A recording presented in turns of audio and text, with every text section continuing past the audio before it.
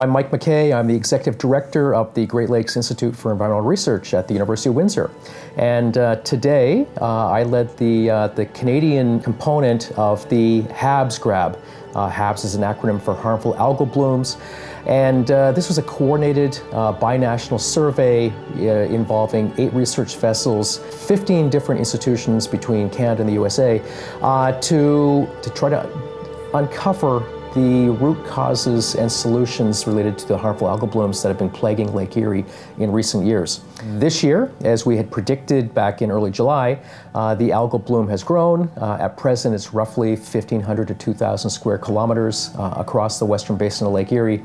And as of the weekend, portions of that bloom, which usually originate in Ohio waters, portions of the bloom have actually encroached into Canadian waters, and on Monday we're within 1 kilometer of the shoreline at Colchester Harbor. So going into this, we knew roughly how big the algal bloom was from the daily satellite overpasses. But what the satellite imagery does not tell us is information related to what's happening within the bloom itself. The bloom may be intense from the actual satellite images, but it doesn't tell us whether there's actually producing toxins.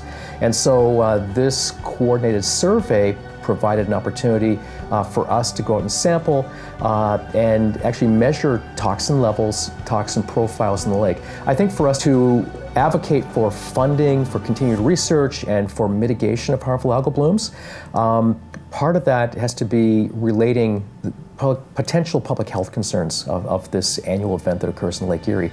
So the samples we collected, we'll be measuring toxin values, toxin profiles in the lake. We'll also be measuring a suite of other parameters such as nutrients. Ideally, we'd like to be able to rely more on satellite imagery and remotely deployed instrumentation.